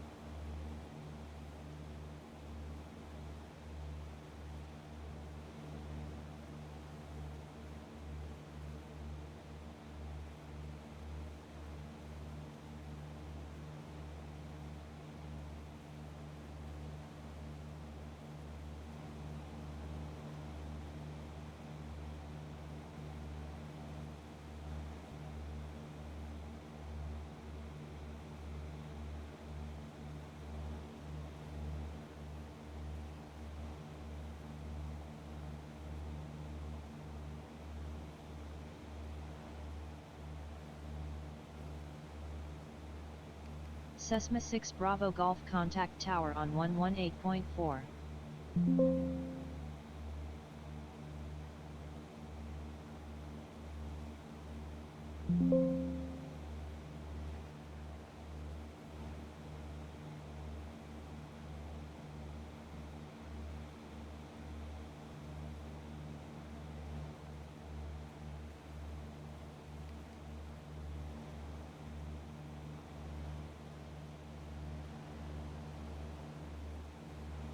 So because I couldn't cancel my touch and go clearance, I'm getting ready to to go to another airport, and it decides that I need to contact the airport before. Excuse me. I gotta find the right command that works. Every one I've used so far doesn't.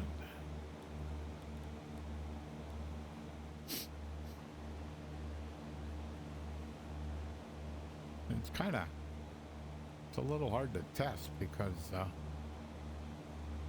yeah, it almost got to be on a flight plan to test it, so.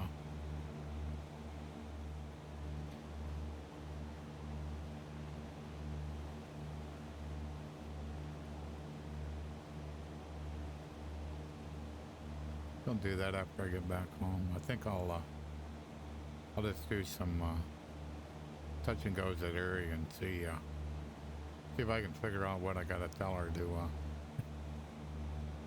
to cancel the request.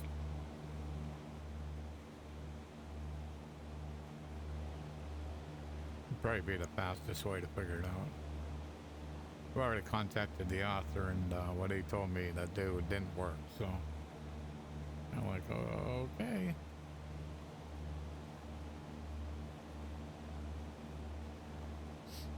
Then I can look at the log files and kind of see if I can look at the log files and find out what's going on. A little disappointing because overall I've been pretty happy with Pilot to ATC, but this little issue is a little annoying because it's kind of like how I want to fly is I want to do a touch and go in the middle, and but I don't like tell Pilot to ATC a flight plan, so and maybe it's related.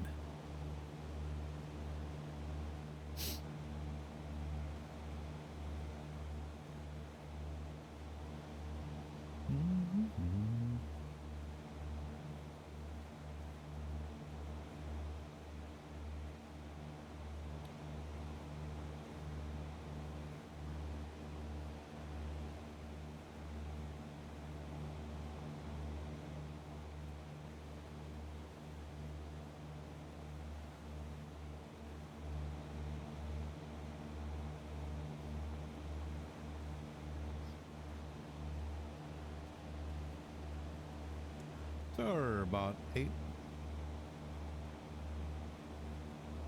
minutes 40 out.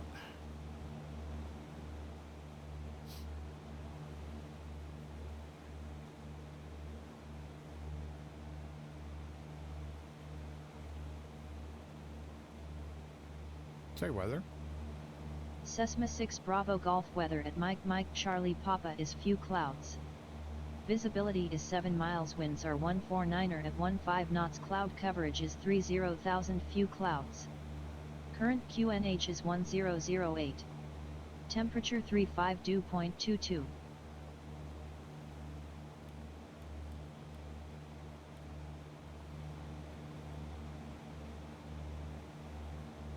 Oh, what do we got for runways?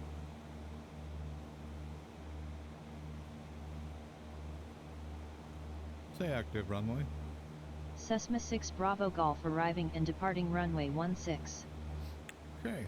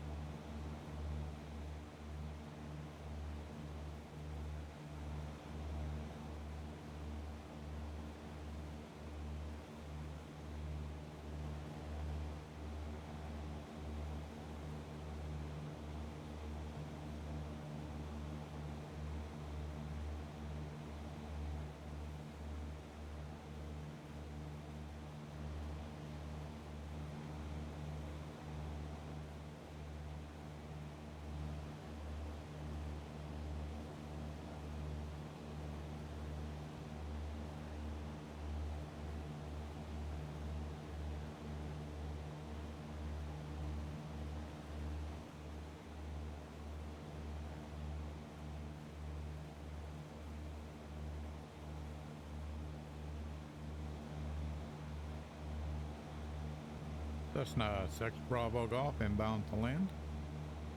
Cessna 6 Bravo Golf report left downwind for runway 16.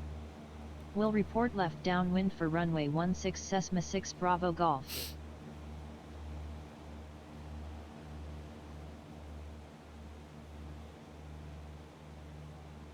So we're about 1,000 feet above the pattern altitude. That's a pretty big town.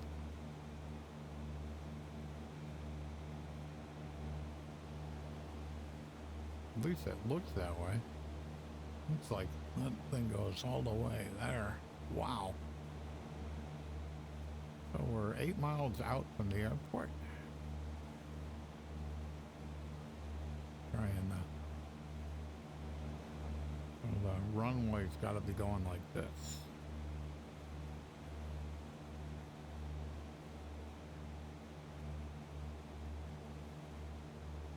So it almost looks like I can see it, but you never know for sure.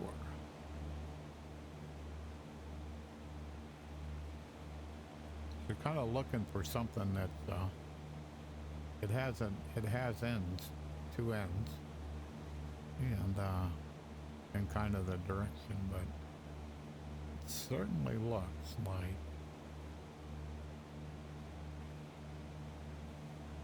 I think that's it.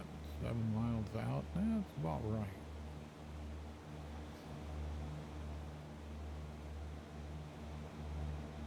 Yeah, you can see as I'm coming, see that runway. So if I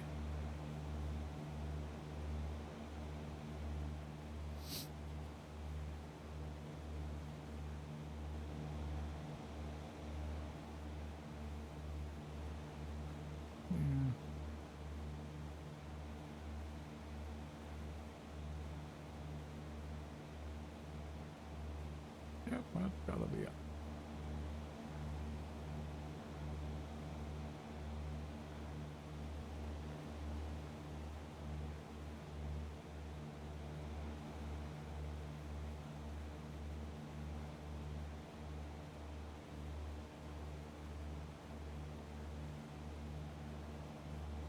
My feet on the rudder pedals. My airplane.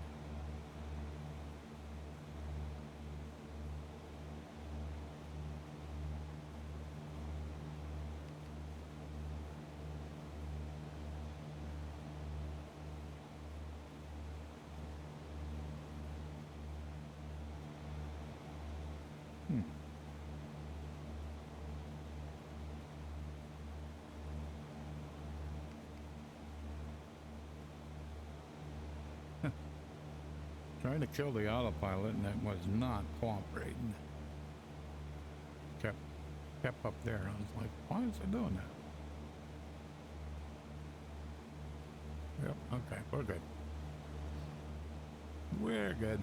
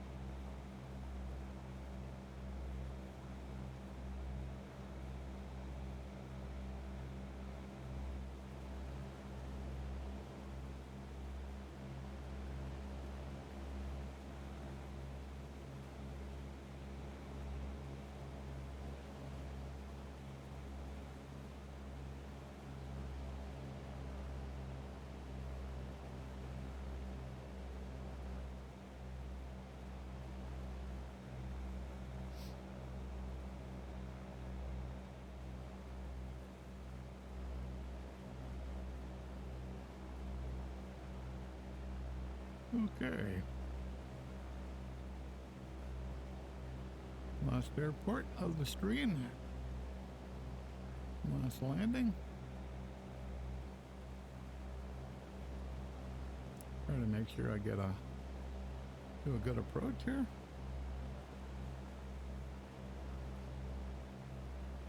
Cessna 6 Bravo Golf, downwind runway 16.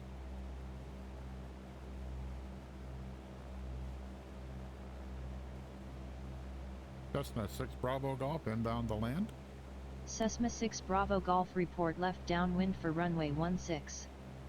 Will report left downwind for runway 16 Cessna 6 Bravo Golf. Cessna 6 Bravo Golf, downwind runway 16.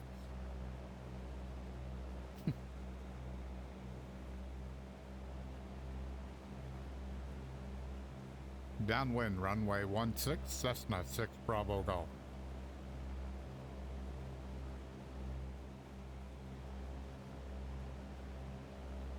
Tower Cessna 6 Bravo Golf. Cessna 6 Bravo Golf, this is Campeche Tower on 118.5, go ahead. Cessna 6 Bravo Golf, downwind runway 16.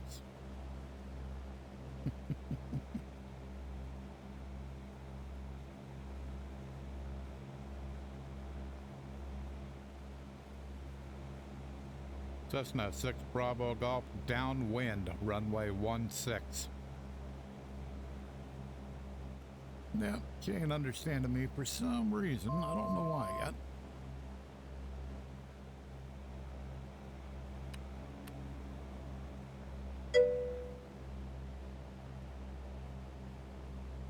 Yeah, usually I'll do a final. I'll tell her I'm doing on final, and then she's okay. But yeah, she will. She will complain.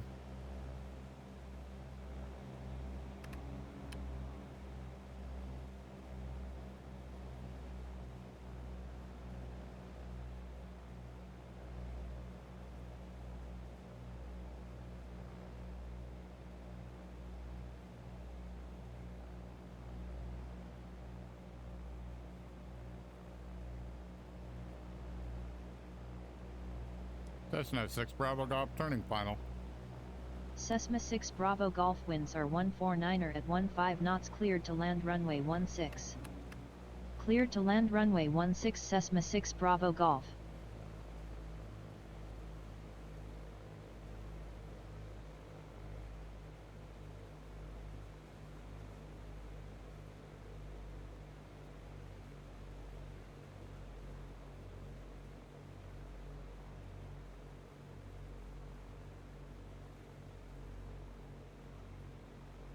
Yeah, not my best approach.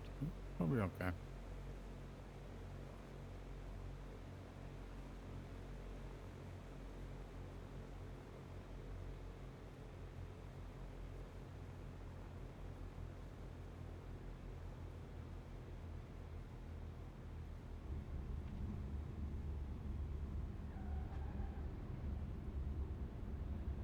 Cessna 6 Bravo Golf, exit runway when able. Yeah.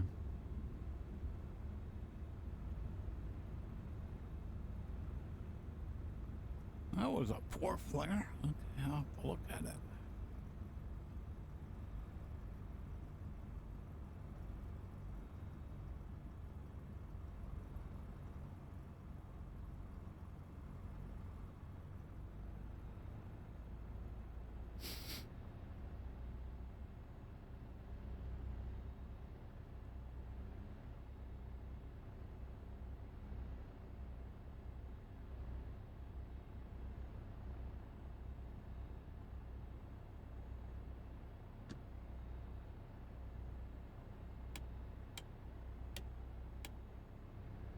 Cessna 6 Bravo Golf, clear of active runway 16.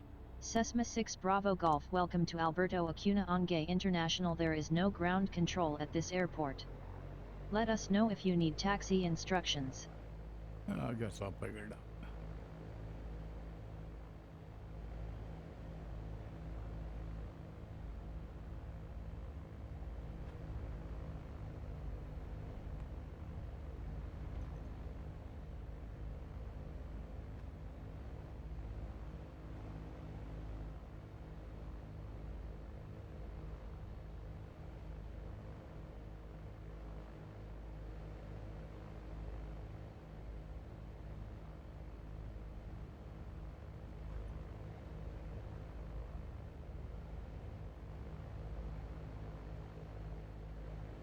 Ramp looks a little full.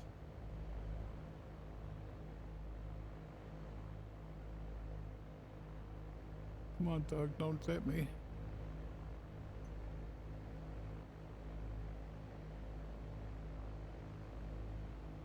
Got a lot of static aircraft here. Need to leave room to park. Okay. Alrighty. Guess we made it. That's up.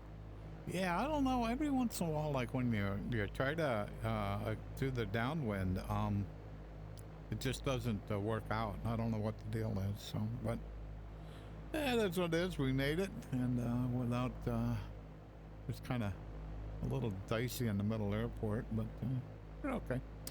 All right, let's kill off the avionics. Kill the engine. Kill all the power off. Batteries off. Mags 0 to off. We're done. Okay. Alrighty. Thanks much for everybody who stopped by. It's much appreciated. And like I said, I'll be offline for probably at least 10 days. And we'll see how it goes after that. To anybody who will be at FS Expo, please look me up. We'll definitely be looking for people. And like I said, I got my list to so I can kind of keep track. And so, alrighty. If you enjoy this content, please click on the follow button.